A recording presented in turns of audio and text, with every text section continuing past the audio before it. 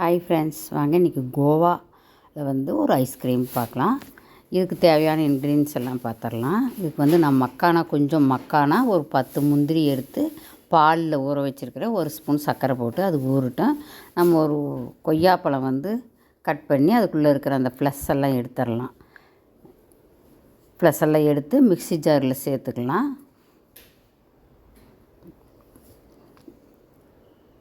இது 1.5 ஸ்பூன் சர்க்கரை சேர்த்து அது நல்லா ஸ்மூத்தாக அரைச்சிக்கலாம்.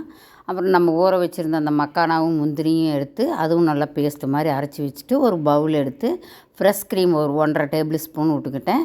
நம்ம அரைச்சி வச்ச அந்த மக்கானாவும் முந்திரி பேஸ்ட்டும் சேர்த்துக்கிட்டு ஒரு 1/2 டீஸ்பூன் நான் ரோஸ் மில்க் எசன்ஸு சேர்த்துருக்கிறேன். அதை நல்லா ஸ்மூத்தாக இந்த மாதிரி அடிச்சுக்கணும்.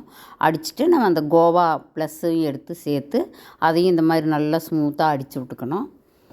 நல்லா அடித்து விட்டுட்டு அப்புறம் நம்ம கட் பண்ணி வச்சுருக்கிற 2 அந்த கொய்யா பழத்தில் அந்த போட்டு நல்லா ஊற்றிட்டு மூடி போட்டு வச்சிடலாம்.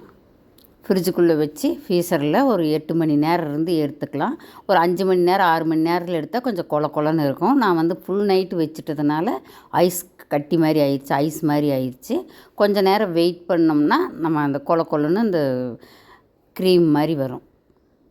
Thank you, friends.